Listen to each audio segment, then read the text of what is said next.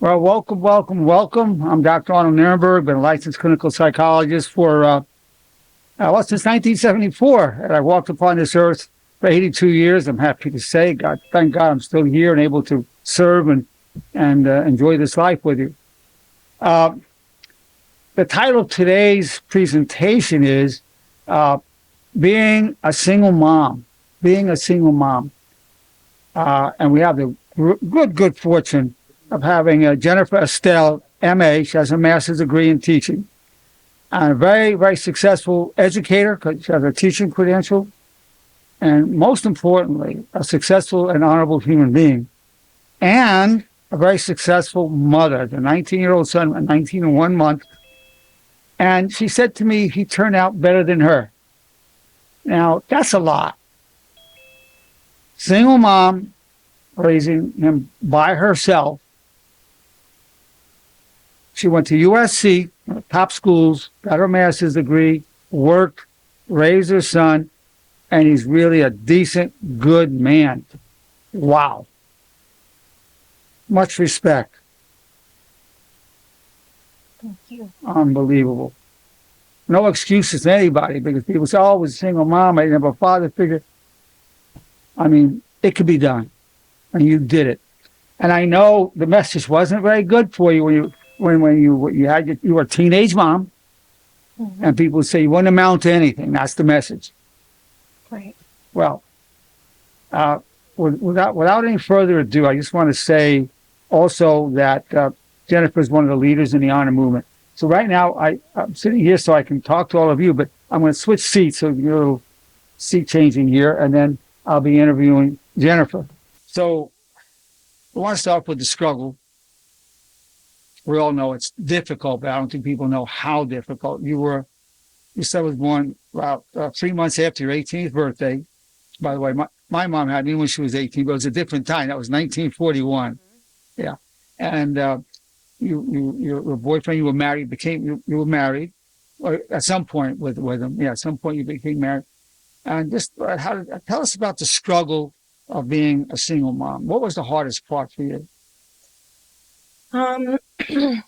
Well, I mean, I felt like I was fighting every single stereotype.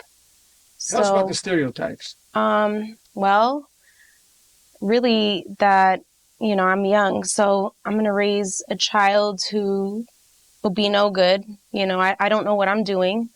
So, my son's going to grow up with whatever issues, maybe follow in a certain path that's not so positive, but also... Like what? I mean, like getting in trouble, drugs? Yes. Becoming...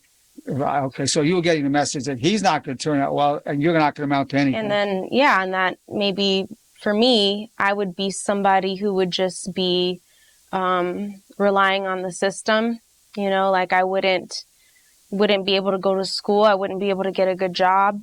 And that was going to be my life. That's it. I didn't really, I wasn't really told by a lot of people to shoot for the stars, and so I had a hard time just with what I was going to do and how I was going to do it, especially being so young. And I had, at the time I was with his dad. We were both very young, and his dad wasn't the best influence, but when you're young, you think you're in love and all of these things. So I tried my best to make that work. It unfortunately, it wasn't a healthy relationship. It was a toxic and abusive one. Physically or just emotionally abusive? Both. Both, physically and emotionally. So this, we see this in marriage, but we see this, it's highly toxic. Here you were in an abusive relationship, physically and emotionally abusive, young. You graduated, you were a high school graduate at that time or not? I did graduate from high school. Your high school diploma, no college education yet. No. And how did you make a livelihood? And actually, just to for a note, I actually dropped out of my regular high school, and I enrolled at the local continuation school. But the GED. reason, no, I got my high school Okay, diploma. okay. But the reason why I ended up going there was because they had what was called a TAP program, a teenage parenting program. And so it was other, teenagers who wanted to finish high school. I think at the time I was only like maybe a class, if that, away. So I was really close to graduation. But I ended up finishing there, and honestly, that was very life-changing for me. And that's really what motivated me to go on to my junior college. I ended up going to Mount Sac about a year And after where I was had the my income? son. How were you supporting yourself? To be honest, I did have to get aid. Yeah, I you had did. to get aid. I didn't have any sort of child support. That's another thing. No child support. So it's Not abusive, toxic, right, and no child support. It was all on you. right. Nobody was helping you out financially. No, Let's see whatever from the government, which is not a lot of money. no, it isn't. So, to survive, I had to do what I had to do, How was your self-esteem during that time? Oh, it was very low, Low self-esteem. especially getting into an abusive relationship in the first place. I definitely struggled with my self-esteem and just believing in myself. It was extremely low. Extremely low. Well, and you see, your government helps you until how long were you getting some government assistance? I was getting assistance through college. So, you went to you graduated with your AA, then you went to USC for your. No, I graduated with my AA from Mount Sac, and then I transferred to Cal Poly Pomona, and I got my BA there. Wow, Cal Poly Pomona is another great school. Mm-hmm. I'm knowing you, you're very bright. You're very bright. Thank you. And but more than that, more than bright, you have a lot of bright people. You love learning. Oh, I absolutely love it. See, that's what. How did that happen? I mean, that's not many people love learning. You love education. To be honest, I really feel like that love came through in college, because in high school I had a treacherous time. I dealt with a lot of bullying, and just it was really, really bad. So it was bad at school and bad at home. Right. Right. So I didn't want to be there, in high school. But then I realized that when I went to college, it was a whole different ball game. I could actually go do my own thing, study independently, not have to deal with being bullied. I was, had a pretty flexible schedule. I ended up doing a work study program, and I got a part-time job at the school, and got into a nice little groove, and I enjoyed it. I loved going to class. We see that's a blessing. Not many people say, I love going to class. I love learning. A lot of people say, I want to go to college. I want to go to school. I want to get a good job. But you love the knowledge. Mm-hmm. See, I'm the same way. I love the knowledge. That's a rare quality. And that's a great blessing you were given. That you had that love of knowledge. That's why I keep saying I'd like to see you have your PhD, Dr. Janelle, by your early 40s. That would be the plan. I'd really like to see that. I would take a lot of enjoyment and pride. I'm already proud of the person you are, but that achievement even enhances the legacy even more. I agree. Yeah. It won't be easy, but you've proven yourself enough at USC. You have the connections. So you graduated at a top-notch BA. I mean, top-notch. And then did you go right from there to USC? Went right from there. Into the master's program. Mm-hmm. And I did an accelerated master's program. So I basically went to school like full-time and a half so that I could finish sooner. Wow. And another thing just to note is that at that time, I was also taking care of my grandma. She had dementia. And so for a while, she was living in like a senior apartment complex, but it just became too rough. And I took care of her. So I was a single mom. I was trying to raise my son, but it was like kind of having two kids. The people, if they haven't been taking care of somebody with dementia. She recognized you though? Sometimes Sometimes she didn't know who you were. sometimes she thought she used to think I was her cousin. Yeah. Did you have to put her in the shower, or Oh yeah, you have to I wipe took her butt from on the toilet? I basically took on a role of like a CNA. Listen, that's people don't know what that is. What to be showering a person, wiping their butt. People have no idea what that is, and it's not always the person not always happy that you're doing that. No, she sometimes got really ornery. Yeah, they get pretty angry. What are you doing this? Taking down my panties or whatever. You know, they don't like it. And privileges. Yeah. You know. So you were raising your son. You were basically raising your grandma in a way, and you're going to school. And where were you getting your income at that time? I was, well, to be honest, during some of that time, I had to take out some loans. I had to take out some student loans. Like, my student loans not only paid for my education, but they helped me survive. You know, my grandma also had like a little bit of like SSI coming in. So I had to like manage and that money and pay the bills, pay our rent, get our food, you know, all of that. So, I've been doing that since the first time I moved out and was on my own. I was 19. So I've been doing that a long time. So I had to really get with the program and learn how to budget, manage money, bills, just all of that stuff. Very young. So necessity was mother invention. I mean, you have the ability to get organized, and you're a responsible person. You show up. Mm-hmm. So you had some natural dimensions in you. Love of learning, showing up, sense of responsibility. Those were treasures. And you persevered. Also, you persevered. You're a person, you didn't give up. No. You didn't give up. I couldn't.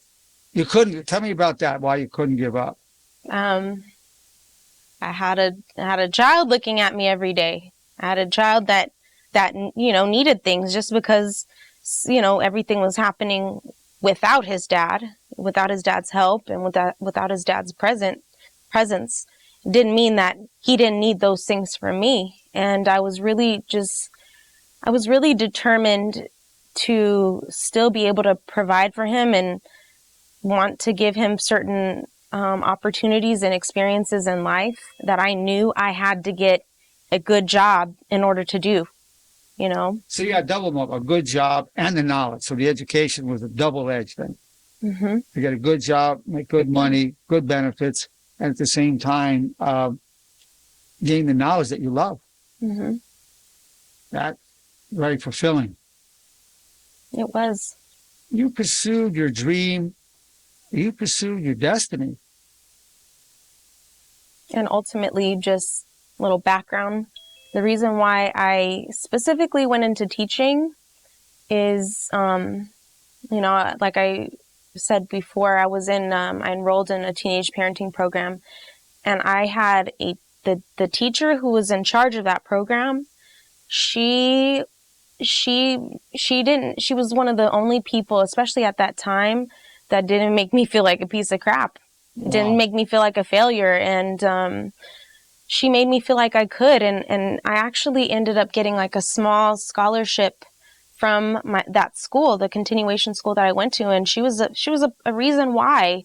But I had in my heart, I wanted to make other kids, especially ones that were struggling, I wanted to make them feel like she made me feel.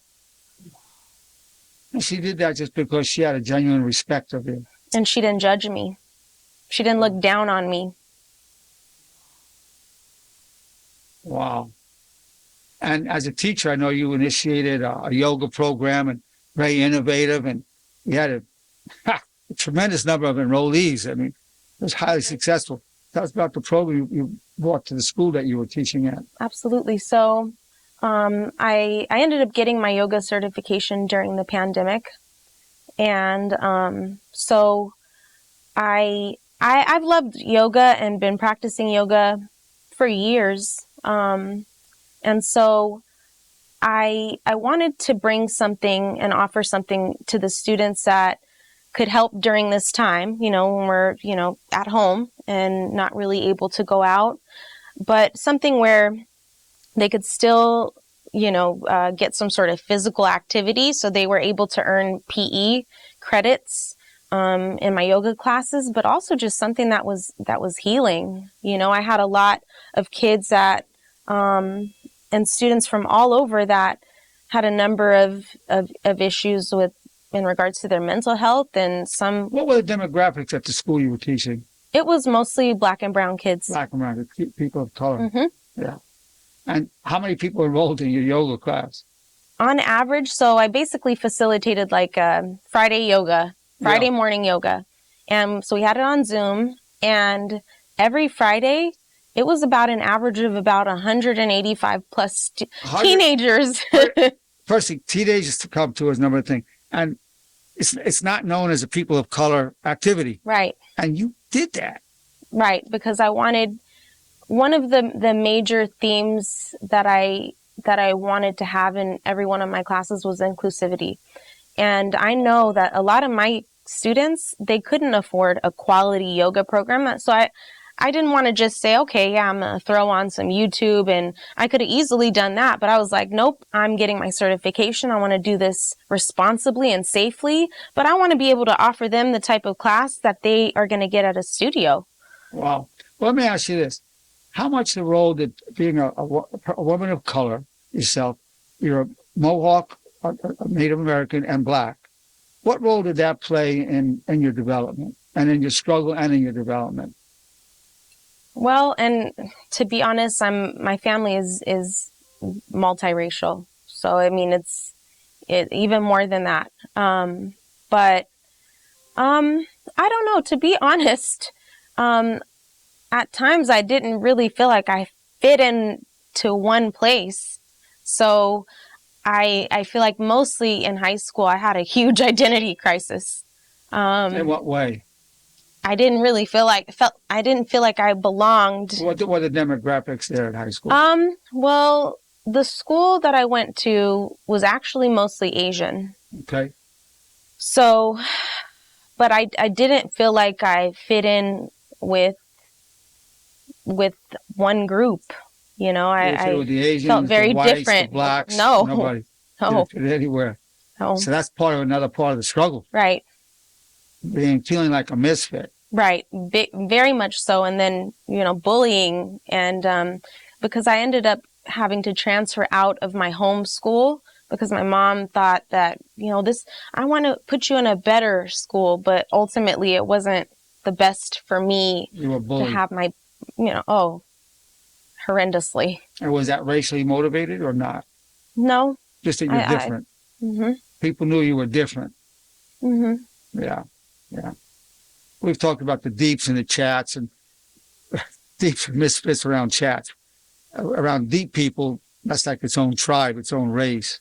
Mm-hmm. So most people in chat, so you were deeper than others, and many of us deeps have that issue. Right. Yeah. So here you are, a misfit, and then became a single mom. Struggles are enormous. Mm-hmm. Having been basically bullied at your marriage, bullied at school, the history of that, and you rose up. Nothing stops you. No. Like I said, I couldn't. There were definitely times where I wanted to just say, I've had enough. But I also did look for resources and support in order to get out of like the situation that was abusive. I ended up getting help from a women's center.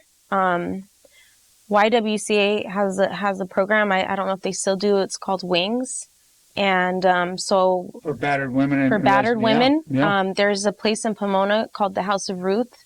And I did a lot of work in therapy, group therapy. And to be honest, doing the group therapy and listening to other women too, especially just seeing other women who were a bit older than me at the time, that's really what motivated me to say, oh no, That's not going to be me. I can't, that's not sustainable. So Wow.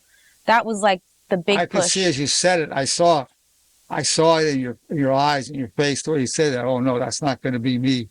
Hmm. So you really didn't have a role model of who to be, but you knew what you didn't want to be Right. very strongly.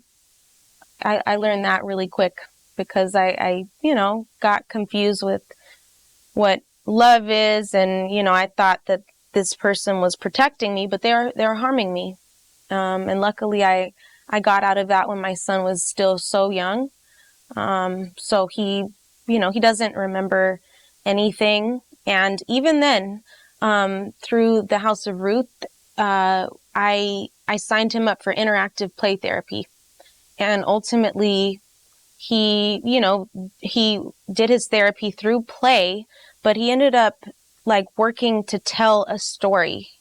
So, yeah, I didn't want that to be what my son remembered in any way.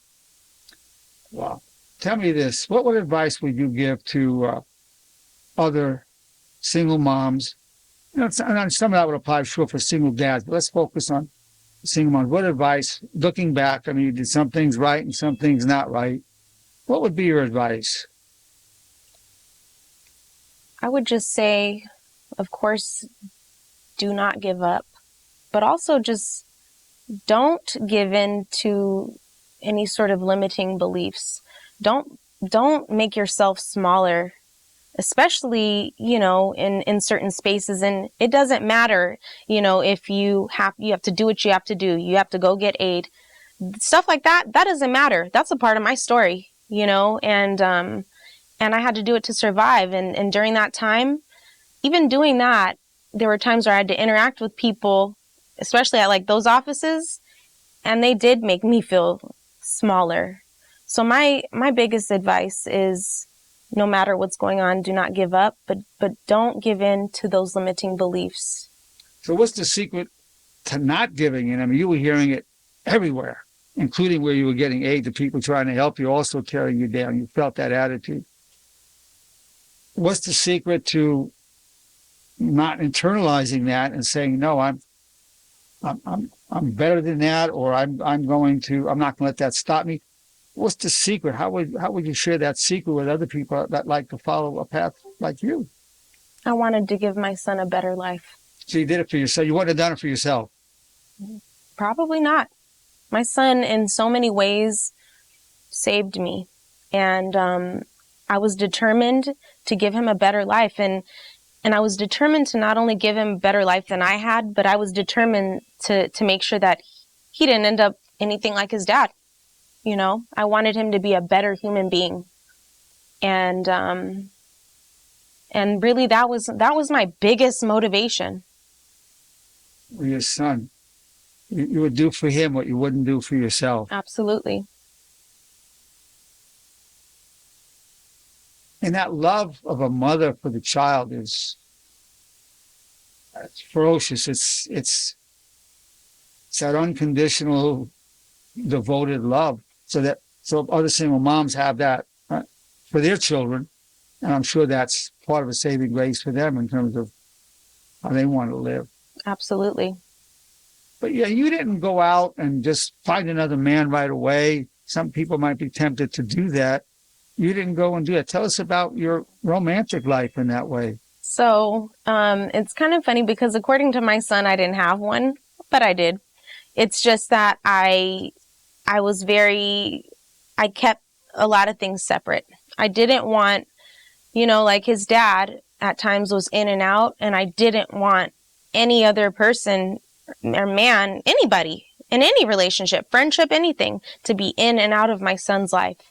One of the biggest things was consistency too, because I worked so hard. Like I can say, like with my son, he never ever had to switch schools. He never switched elementary schools, never, junior high. He was in with the same district. He grew up with some of his best friends. He started going to school with when he was 4, and that was hard, but I was able to keep that consistent. So consistency was huge. So I didn't feel like certain guys were worthy. And, hey, I was young. So I was still, there. Yeah, I was still talking to some dudes and, going out Not and bringing them home. but I was not bringing them home. I didn't want my son to see that. And I told myself, I think I may have gotten in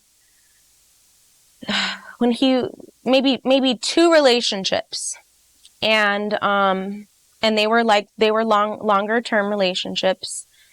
And I said after the second one, I said, from here, I don't want my son to meet anybody. The next person he meets and he's around is going to be the person that I'm with, that I marry. And you have a great man in your life now. And that's what it is. Yeah. And oddly enough, he actually was the last person my son met. We took a 7-year break. 7 year was, had to live life. There was a lot of stuff that I had to learn and live single and explore and learn about myself and heal. So you met those 2 men that you had long-term relationships with. So you met his dad, was not for long though, and then 2 other men. That was it. That was it. You never met anybody else. No. Wow.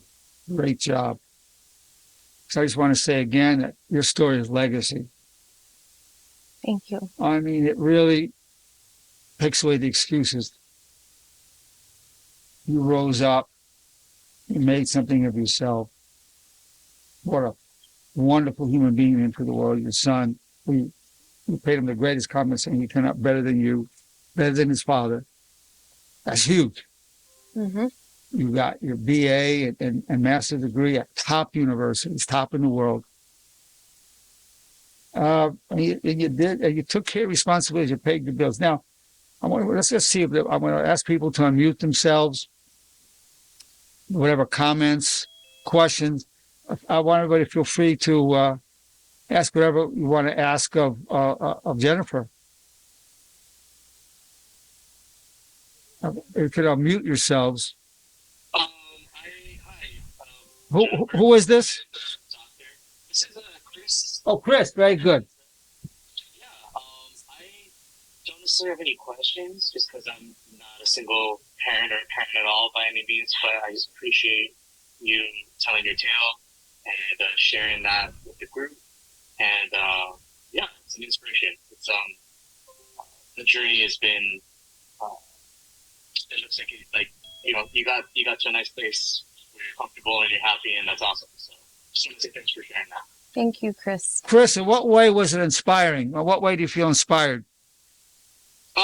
Just like for me, myself too. Part of the reason why I'm here is because of like a bad relationship, and I really identify with the fact that you identified that relationship as toxic, because that's what I was in, and it's inspiring, that you were able to love again, and you found somebody that treats you and your son well, and yeah, you got a smile on your face the moment, like Doctor mentioned, like you got a man, this good guy in your life, and that's what we're all looking for, Well, not Chris, everybody, but I mean, Chris, let me tell you something. What I want to point out, thank you for that input. See, it's inspiring not to just single mom. Because we all struggle in life. Nobody escapes the struggle and suffering. No human being. They may hide it, but nobody escapes it. And your story, you shared the struggle. And by the way, people can't really know anyone unless they know the struggle. So people who heard you feel they know you. And to really judge anybody's life, which we really can't do, but to assess it, you have to look at where they came from. Mm-hmm. Where you came from, this is like, this is the opposite of being born with a silver spoon in your mouth. This is like being born with the opposite. Right. So that's inspiring. That's a Rocky story. But people, we love the Rocky story. Coming up, Rocky Balboa coming up, becoming champion.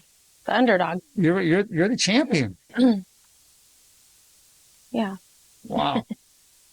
Thanks, Chris.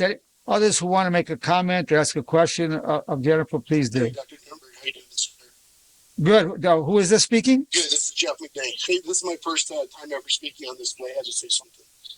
And hopefully I can hold it together. But Jennifer, thank you. Thank you for bringing her on. My mom, two single mom, 2 sisters, and myself. But what I wanted to say, and it's just a comment, that your son, as I was with my mom, will respect everything you've done. And I'm almost 60 years old. Will respect everything you've done for the rest of his life. Thank you. Wow. I appreciate that. Bring tears to my eyes, Jeff. Wow. Me too. Wow. Wow. Wow, that's something I hadn't thought about, somebody who was raised by a single mom. I thought about single mom's benefit, didn't realize child of a single mom really identifying with this. Thank you for that, Jeff. Wow. Thank you. I'm glad I didn't break down I crying. I appreciate felt that. like I was going through it. Wow. Means Thank a you, lot. Jeff. Very grateful for your input. Extremely grateful. Wow. You can hear 60 years old. Look how he speaks of his mother. Your son, 60 years old, to talk that way. That's really touching. And the odd thing is, he was put more respect than if he'd had his father there. Yeah. It goes even deeper. Because he'll say, she was my mother and father. Right. Right. It was at all times. Wow. Whew. This is going even more profound than I had imagined. Yeah. Beautiful, beautiful moments. Anybody else have anything you want to ask or say? Hi, Dr. Nerenberg. Hi, Jennifer. Yeah, Who's speaking? Alicia. Oh, Alicia. Lisa, please speak. Hi. I just want to say thank you for sharing your story. It makes me bring tears to my eyes, and I'm very proud. I'm a single mom too, and I know the struggles. Thank you for sharing everything with us. Thank you for listening. That's sharing with the struggle that you had.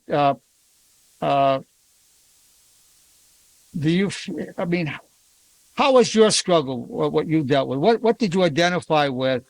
What Jennifer said. What in particular? Is there anything in particular that really struck a chord? Yeah, they judge you because I was a parent also at a young age, so they judge you when they see you. Sometimes they don't even know how old are you, but they still look at you in a different way because you look young and you have a child in your hands. I also went to school with my kid, and I had to leave her at a daycare so I could go to college. So I know the struggles. My mom was also a single mom. She tried to help me as much as she could, but there's only so much she could do because we came from another country, so financial aid wasn't a possibility for me because I was considered a foreign student. So I had to pay my fees, and my mom had to help me. I had 3 jobs at a time. I could go to school and finish, my college. What country are you from?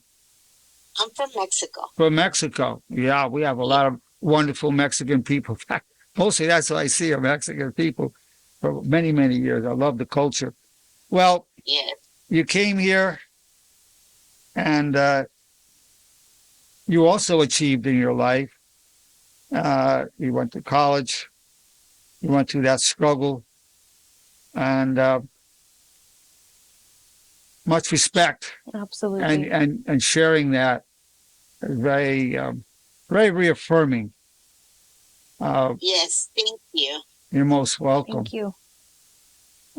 Anybody else, others who want to make a comment or ask a question, please do.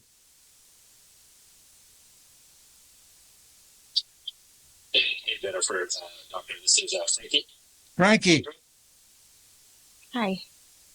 Hey, I just want to say hello from a fellow Trojan. There you go. Right on. I just want to comment, I myself was fully growing up, being an immigrant from another country, trying to fit in, for myself, being Asian, trying to fit in a predominantly all-white neighborhood is, very tough.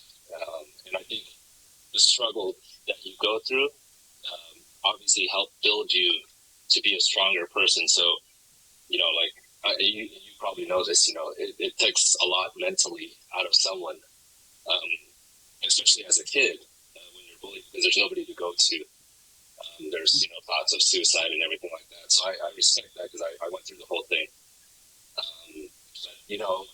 at my age, in my 40s now, back then I looked at people who had kids when they were in their teens. I looked at them as like, losers, right? But now I look at myself, who's in the 40s and doesn't have a kid, and look back and say, I wish I had a kid when I was in my teens, because now I could do adult things with my kids. So, the tables kind of turn. So everything works out for you in the end. So I'm glad, things worked out for you and you became stronger and sharing your story. Thank you. Thank you, Frankie. Appreciate that. No, the bully stress, another part of the story, the bully. Oh, Many people it was are bullied, bad. just And being bullied at home with the man in your life, bullied at school. And I feel like, even I went to school I was in high school from 2000 to 2004. So, even then, even though it wasn't that long ago, still I felt like, when you mentioned talking about being bullied, it just was kind of swept under the rug. Now at least I feel like people are talking about it more and there's more awareness. But I just felt like so many things were happening and there was just nobody listening. Literally, one of the things I tried to do is I tried to get kicked out of my school on purpose. It was that bad. And my counselor and my mom looked at it as being just rebellious. I didn't want to be there, and so I remember a conversation with my counselor and my mom, and they were like, we're not going to let you do that, but I was really crying out for help. Well, as Frankie said, in terms of getting stronger, do you feel that it did do that for you, make you stronger? I feel not the bullying per se. To be honest, the bullying just tore my self-confidence down. I feel like some of the bullying is what led me to getting into the type of relationship I was in, because I was looking for somebody that was like a big guy to kind of protect me. And did he protect you? He protected me, but he hurt me. Yeah. Right. So, so did people did he come in there and stop them from picking on you? Nobody continued to do that. So that took care of that. Right. But it presented its own problem. Right. You need a protector from the protector. Right. But it stopped at school because they knew they have to mess with him. Well, and ultimately I left that school. Yeah. I left. Yeah. So. I want to thank everybody for being here. I want to thank you, Jennifer. I'm so inspiring. I just hope tens of thousands of people get to hear the story. I do too. With what you're bringing so much light into the world. Thank you. Yeah.